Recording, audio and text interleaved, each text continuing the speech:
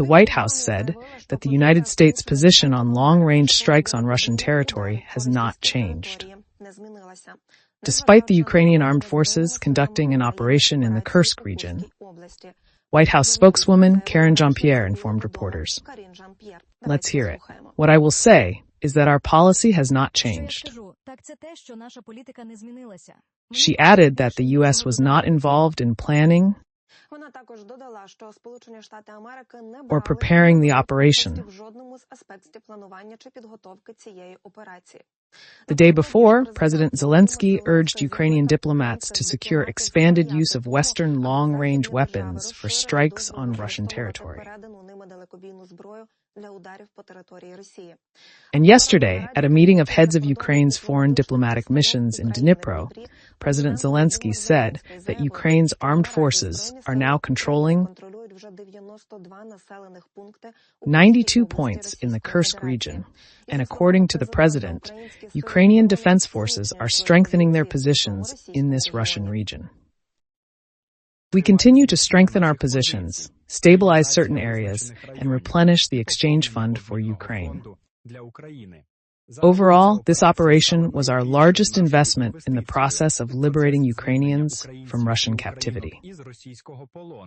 We have already captured the largest number of Russian prisoners in one operation, and this is a significant result, and this is one of our goals, and our actions continue.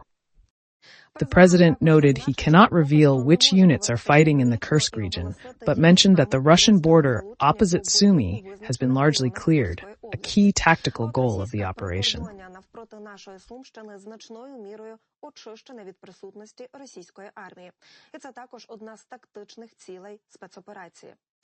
Meanwhile, on the night of August 20th, Russia attacked the territory of Ukraine with 2 Iskander MKN-23 ballistic missiles, an Iskander-K cruise missile, and X-59 guided missiles.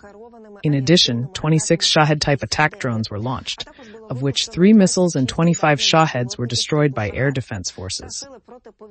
Lieutenant General Mykola Oleshchuk, Air Force commander, announced this. According to him, the Russians launched missiles from Voronezh, Bryansk, Kursk regions of the Russian Federation, as well as from the occupied areas of Zaporizhzhia region. In addition, Shaheds were attacked from Primorsko-Akhtarsk, Isk, and Kursk of the Russian Federation. As a result of the anti-aircraft battle, 28 air targets, 1 Iskander-K cruise missile, 2 guided missiles, and an X-59 were shot down. 25 Shahed 131-36 strike UAVs in Kyiv, Dnipro, Mykolaiv, Kherson, Vinnytsia, Khmelnytsky, Kirovohrad, Sumy, and Chernihiv regions.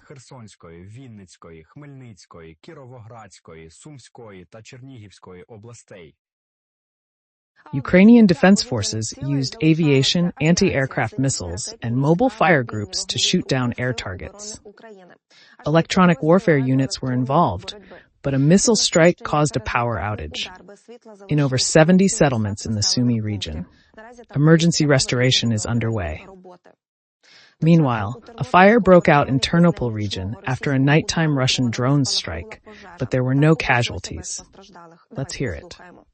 Around 3 o'clock in the morning, we received a report of a fire at one of the enterprises in Ternopil. Upon arrival at the scene, it was found that the fire was caused by the enemy threw a hostile object into one of the warehouses where fuel and lubricants were stored. This caused a fire, which was extinguished by rescuers from the Ternopil garrison and other cities in our region.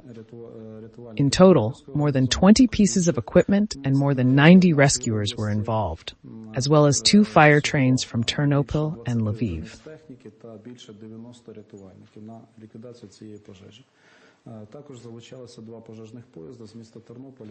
At 6:50 a.m., the fire was localized, i.e., its spread was stopped and brought under control.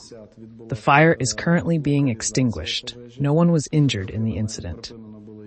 Air quality measurements are being taken in the Ternopil district, and local authorities are recommending that people limit their time outside.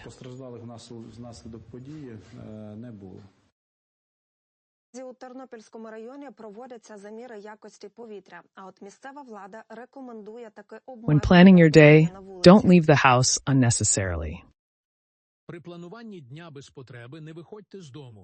Limit children's time outside as much as possible. Close the windows. Wash food brought from the yard thoroughly. And the State Emergency Service has already shown a fire that occurred as a result of a strike on an industrial enterprise in Ternopil. Meanwhile, footage of what Ternopil looks like began to appear on social media. The city is covered in thick black smoke from the fire. Monitoring services report that Ternopil has the lowest air quality among regional centers. The Kharkiv Regional Military Administration and the Danish Refugee Council in Ukraine signed a Memorandum of Understanding. This document formalizes ongoing cooperation in areas such as support for the demining initiative and safety training in the areas affected by the fighting, as well as assistance to internally displaced persons and residents of compact settlements.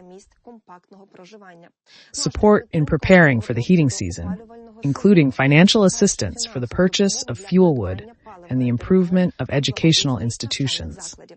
Kharkiv Regional State Administration head Oleg Sinigubov said international partners have enabled effective resource allocation for security and living conditions in the Kharkiv region. Lithuania has begun building a base for German troops near the Russian border. Construction will finish by late 2027, with the base housing up to 4,000 German troops. This will be the first permanent overseas deployment of German troops since World War II. Commander-in-Chief of the Lithuanian Armed Forces estimates the base will cost over €1 billion. It will be one of Lithuania's largest infrastructure projects. For its part, Germany has asked the parliament to allocate €2.93 million for the purchase of Leopard 2A8 tanks, part of which will be used for this Lithuanian base. However, internal disputes within the German coalition over the budget could jeopardize these steps. A shocking discovery in the Kiev Cave Monastery. 2023 calendars from the Ukrainian Orthodox Church of the Moscow Patriarchate had Russian military contacts. Printed during the invasion, the calendars list Russian military units and diocesan contacts in occupied Crimea. These publications were distributed to churches throughout Ukraine.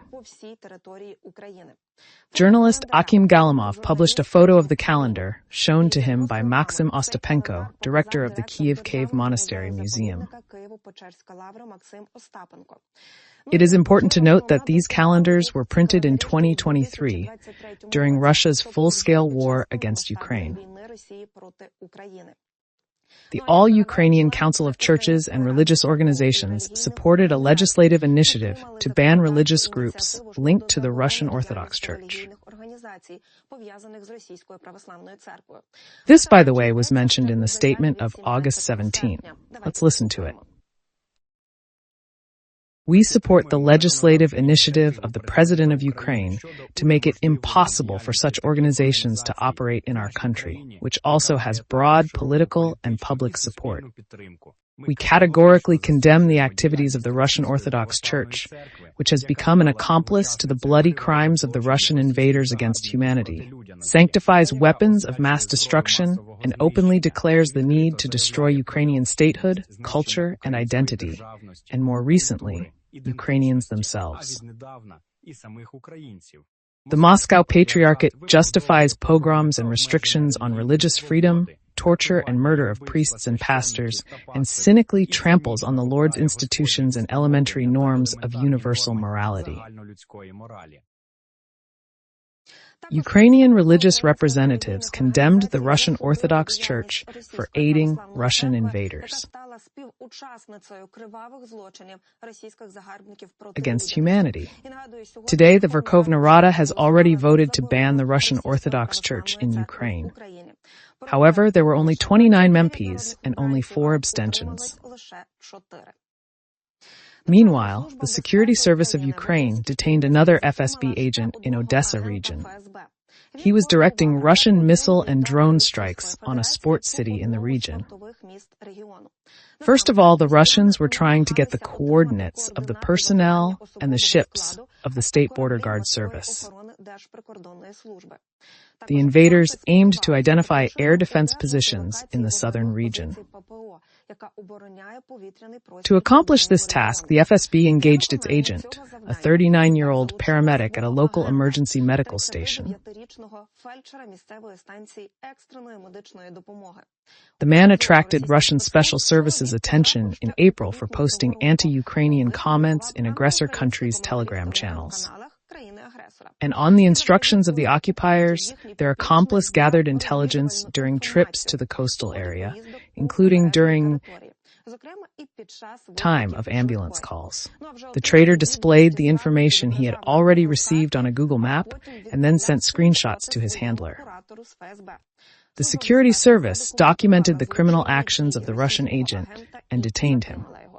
During the searches, 2 cell phones were found in the person's possession, which he used to communicate with the FSB. The offender is currently in custody and faces life imprisonment with confiscation of all property.